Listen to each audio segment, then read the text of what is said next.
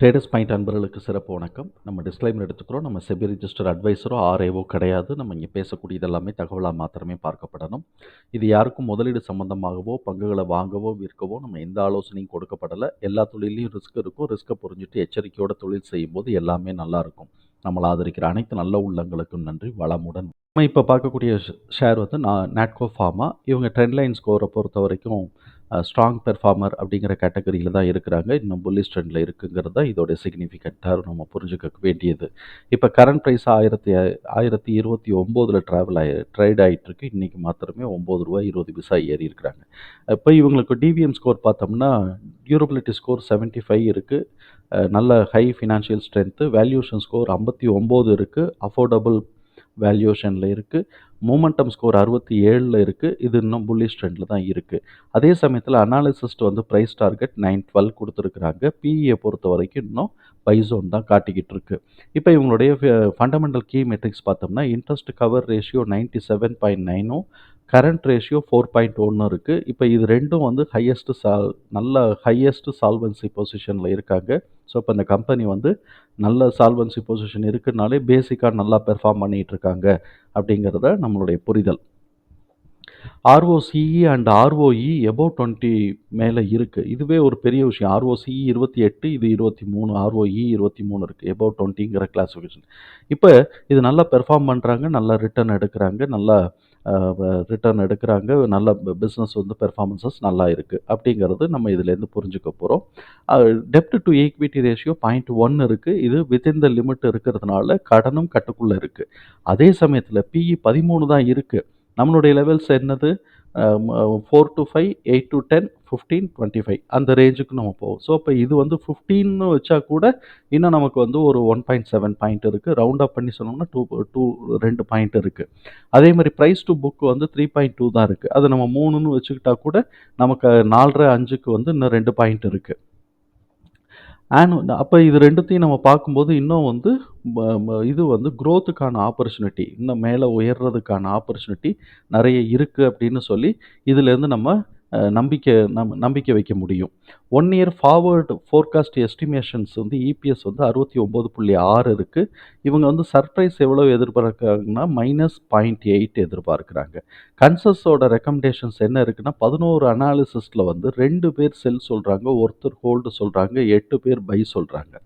Cash ஃப்ளோவை பொறுத்த வரைக்கும் net cash flow வந்து இயர் ஆன் இயர் மைனஸில் போயிருக்கு. அதே சமயத்தில் ஆப்ரேட்டிங் ஆக்டிவிட்டியிலேருந்து வரக்கூடிய கேஷ் வந்து ப்ளஸில் தான் போயிட்டுருக்கு. இயர் ஆன் இயரில் நல்ல ப்ளஸ்லேயே போயிருக்கு. கிட்டத்தட்ட ஒரு 300 பாயிண்ட்டுன்னு வச்சுக்கலாம். இப்போ குவார்ட்டர்லி ரிசல்ட்டை நம்ம பொறுத்த வரைக்கும் பார்த்தோம் அப்படின்னு சொன்னால் year on year, quarter on quarter ரெவென்யூவும் சரி, ப்ராஃபிட்டும் சரி நல்லாவே ஏறி இருக்குது. ஆப்வியஸாக இபிஎஸும் ஏறத்தான் செஞ்சுருக்கும். இப்போ இபிஎஸ்சில் வந்து ஒரு பேட்டர்ன் நான் ஐடென்டிஃபை பண்ணினேன். மார்ச் மாதத்துக்கு பிறகு வரக்கூடிய ஜூன் ரிசல்ட் வந்து நல்லா தூக்கிறான். அதுக்கப்புறம் செப்டம்பர் ரிசல்ட்டு கொஞ்சம் கம்மி பண்ணுறான். December result, third quarter result ரொம்ப கம்மி பண்ணிடுறான். தேர்ட் குவார்ட்டர் ரிசல்ட்டு கம்மி பண்ணிட்டு குறைஞ்சிக்கிட்டே வந்திருக்கு. இது வந்து 2023 வந்திருக்கு. அப்போ 22 அதே மாதிரி நடந்திருக்கான்னா அதே மாதிரி தான் நடந்திருக்கு. 22 மார்ச் மாதம் -2.8 இருந்துட்டு ஜூன் மாதம் பார்த்தோம்னா 17.6க்கு போயிட்டு, செப்டம்பர் 3.1க்கு போயிட்டு, டிசம்பர் மாதம் 3.4க்கு வந்திருக்கு. ஸோ அதுவும் குறைஞ்சிக்கிட்டே வந்திருக்கு. அப்போ இவங்க வந்து ஜூன் குவார்ட்டர் ஹை வச்சிடுறாங்க. அந்த 4 குவார்ட்டருக்குமே ஜூன் குவார்ட்டரோடைய ஹை தான் வந்து மார்க்கபுளாக இருக்குது. அதுக்கப்புறம் வந்து செப்டம்பர் அண்ட் டிசம்பர் கீழே இறங்குது. அப்போ இதோட ஹையை நம்ம எதிர்பார்க்கிறதா இருந்தால் ஜூன் குவார்ட்டருக்கு ஹையை எதிர்பார்க்கலாம். ஏன்னா இங்கே தான் இபிஎஸ் இருக்கிறதுலே கூட இருக்குங்கிறதுனால நம்ம அந்த கருத்துக்கு வரோம். ஸோ இப்போ வந்து இது மேலே ஏறுமான்னா ஏறுறதுக்கான வாய்ப்பு இருக்குது. ஏன்னா ஜூன் மாதம் இவங்க எடுக்கிறாங்கன்னு சொல்லிட்டு. மேத்தமேட்டிக்கலாக போட்டால் இப்படி வரணும்னு அவசியம் இல்லை. பேட்டர்ன் இப்படி வந்திருக்குன்னு தான் நம்ம சொல்கிறோம். Book value 327. இவங்களுடைய ஹோல்டிங் பேட்டர்னை நம்ம பார்த்தோம் அப்படின்னு சொன்னோம்னாக்க ப்ரொமோட்டர்ஸில் அன்சேஞ்சு. பட் வந்து எஃப்ஐஎஸில் வந்து பார்த்தோம் அப்படின்னு சொன்னாக்க கிட்டத்தட்ட வந்து ஒரு 2.4 பாயிண்ட் வந்து மேலே ஏற்றி வச்சுருக்கிறாங்க. டிஏஎஸ் வந்து கிட்டத்தட்ட வந்து ஒரு 1.2 பாயிண்ட்டை இறக்கி வச்சுருக்கிறாங்க. அது பேலன்ஸ் ஆகலைன்னா கூட ஓரளவுக்கு 50% பேலன்ஸ் ஆயிடுச்சு. ஸோ இப்போ இந்த இபிஎஸ் டேட்டாவை தூக்கி நம்ம வந்து எக்ஸல் ஃபார்மேட்டில் நம்ம போட்டிருக்கிறோம். இங்கே வந்து ஃபேர் ப்ரைஸ் 754 இருக்குது. லோ நம்ம எடுத்திருக்கிறது 868 லோ எடுத்திருக்கிறோம். மிச்சது எல்லாத்தையும் உள்ள தூக்கி போட்டுட்டோம். இப்படி போடும்போது ஆனுவல் எஸ்டிமேஷன் நம்ம இங்க இப்போ வந்து 69ன்னு பார்த்தோம் இல்லைங்களா? அந்த ஆனுவல் எஸ்டிமேஷனுக்கான பிரைஸ்ன்னு நம்ம இந்த புக் வேல்யூக்குன்னு எடுத்தோம்னா 1580. அதே சமயத்தில டிடிஎம் இபிஎஸோட டிடிஎம் எஸ்டிமேஷன் இருக்கு இல்லையா? 77.4 நமக்கு. அவனுக்கு வந்து 77.6 வந்திருக்கும். ஸோ, இப்போ 77.4 நமக்கு மேத்தமேட்டிக்கலா வந்திருக்கு. அதையே நம்ம பிலீவ் பண்ணுவோம். 1622 அப்ப 1580லிருந்து 1622ங்கிறது நமக்கு ஒரு லெவல். அதுக்கு அடுத்தது குவார்ட்டர்லி ரிசல்ட்ன்னு வரும்போது, இந்த குவார்ட்டருக்கே வந்து இப்ப இருக்கக்கூடிய இபிஎஸ் ரிசல்ட்லேருந்தே 1266 எடுக்கிறதுக்கு வாய்ப்புகள் இருக்கு. அடுத்த குவார்ட்டருக்கு மேத்தமேட்டிக்கலா நமக்கு 19.35 இருக்கு. பேட்டர்னா வரும்போது 8 பாயிண்ட் கூடுறதுக்கு வாய்ப்பு இருக்கு. எப்ப? மார்ச் குவார்ட்டர் காட்டிலும். அப்ப 8 பாயிண்ட் கூடுச்சுன்னா 29ன்னு இபிஎஸ் வரும். அப்படி வந்துச்சுன்னா என்ன ரேட் வரும் அப்படின்னு சொன்னா ரூ. 1329 வரும். நான் போட்டு பார்த்துட்டதுனால நான் சொல்றேன். ஸோ, இப்ப நம்ம சும்மா போட்டு பார்ப்போம். ரூ. 1329 வந்திருக்கா? இப்ப ஆனா நமக்கு மேத்தமேட்டிக்கலா டேலி ஆயிருக்குது 19.35. அப்ப 1245லிருந்து 1266 வரைக்கும் ஒரு லெவல். 1329க்கு ஒரு லெவல் நம்ம மார்க் பண்ணிக்குவோம். இங்க 1329ன்னு இல்ல, இங்க 17ன்னு இருக்கு. நம்ம பார்த்துக்கலாம். அப்ப குறைஞ்சபட்சமா இறங்கிறான் அப்படின்னு சொன்னாக்க 1176 to 1193 வரைக்கும் மினிமம் வேல்யூவே காட்டுது. இப்ப இத உடைச்சா தான் நமக்கு வந்து 868 இல்லாட்டி 920 வர்றதுக்கு வாய்ப்புகள் இருக்கு.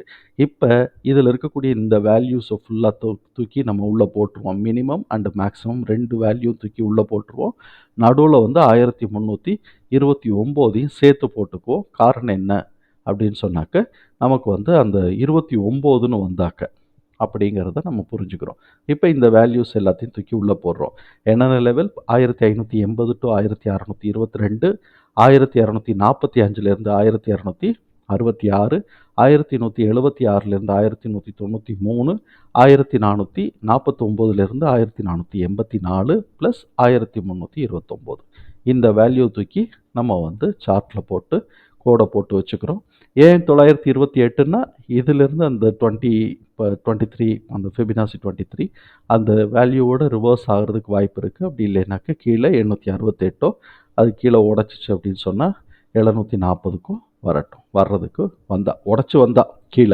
ஆனா உடைச்சு வர்றதுக்கான சந்தர்ப்பங்கள் கொஞ்சம் கம்மியா தான் இருக்குங்கிறது தான் என்னுடைய புரிதலா இருக்கு. காரணம் என்னன்னா, இபிஎஸ் ஹை லெவல்ல வச்சிருக்கிறான். புக் வேல்யூ மேல ஏறி இருக்கு. குறைஞ்சிருந்தா தான் கீழ இறங்கும்னு நம்ம எதிர்பார்க்கலாம். இது கொஞ்சம் கூட தான் இருக்கு. வந்தா சாதாரண கரெக்ஷனா வந்துட்டு, அந்த ட்ரெண்டுக்கே உண்டான கரெக்ஷன் வந்துட்டு மேல வேணா ஏறலாமே தவிர்த்து, கீழ விழுகுமா அப்படின்னாக்க, எனக்கு வந்து அது வந்து கீழ விழுகுங்கிற நம்பிக்கை எனக்கு இல்ல. காரணம் என்னன்னாக்க, நமக்கு வந்து இப்படித்தான் பேட்டர்ன் ஃபிட் ஆயிருக்கிறதுனால. அதனால நம்ம வந்து கீழயும் மார்க் பண்ணி வச்சுட்டோம். மேலேயும் இதோட லெவல்ஸ மார்க் பண்ணி வச்சுட்டோம். 868 நம்ம லோ எடுத்திருக்கிறோம். 928 டர்ன் அப் ஆகுறதுக்கான வாய்ப்புகள் இருக்கு.